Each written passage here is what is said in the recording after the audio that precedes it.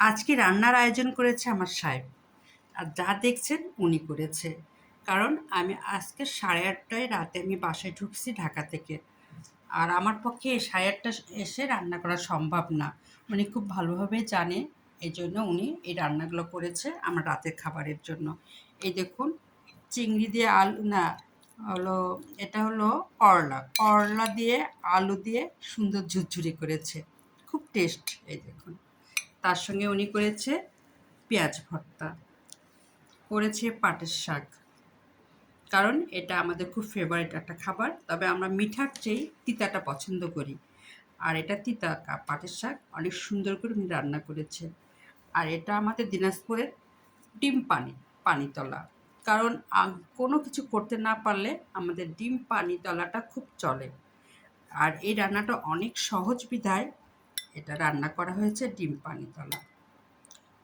আর এগুলা যা দেখছেন সবে আমার সাহেব করেছে। কারণ উনি খুব ভালোভাবে জানে যে এত রাতে এসে রান্নাঘরে ঢোকাটা মানে আরেকটা বিপদ। ক্লান্ত হয়ে আসবো, রান্নার এনার্জি থাকবে না, আর খেতে খেতে অনেক রাত হয়ে যাবে। তাই উনি উপায় না পেয়ে এই রান্নাগুলো করেছে। তবে উনার একটা গুণ আছে, উনি খুব ভালো রান্না করে। আমার ঘরের খুব ভালো একটা বাবুর্চি। আমার সন্তানরা উনার রান্না এত পছন্দ করে যে কোনো একটা শুক্রবার আসলে আমার সন্তানরা ওর বাবার রান্না আশা করে। কারণ আমি ৬টা দিন আমি রান্না করলেও এই শুক্রবারে ওরা বাবার রান্না খেতে চায়। কারণ উনি খুব যত্ন করে খুব সুন্দর করে রান্না করে। এই রান্নার গুণটা ওনার মাঝে আছে। এজন্য আমারও মাঝে, মাঝে অনেক আরাম হয়। যেমন আজকে আমি জার্নি করে আসছি, তারপরে হাসপাতাল থেকে আসছি, এটা উনি খুব ভালোভাবে বুঝতে পারছে। যার ফলে আমার আর প্যারা দেয়নি। উনি নিজেই এগুলো সব আয়োজন করেছে। এই দেখুন। আর একটা ভালো মানুষের পক্ষে এটা সম্ভব। কারণ আমি হাসপাতাল থেকে যে আসে সে খুব ক্লান্ত হয়ে আসে।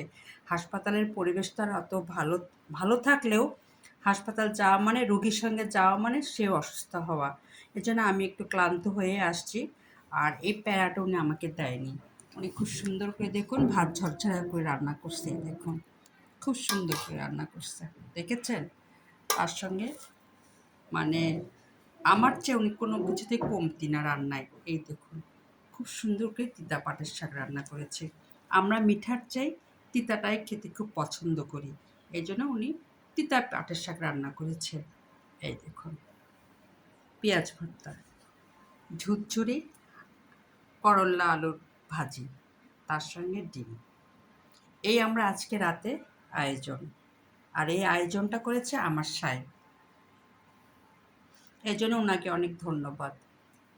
এই স্যাক্রিফাইসটা উনি সবসময় করে।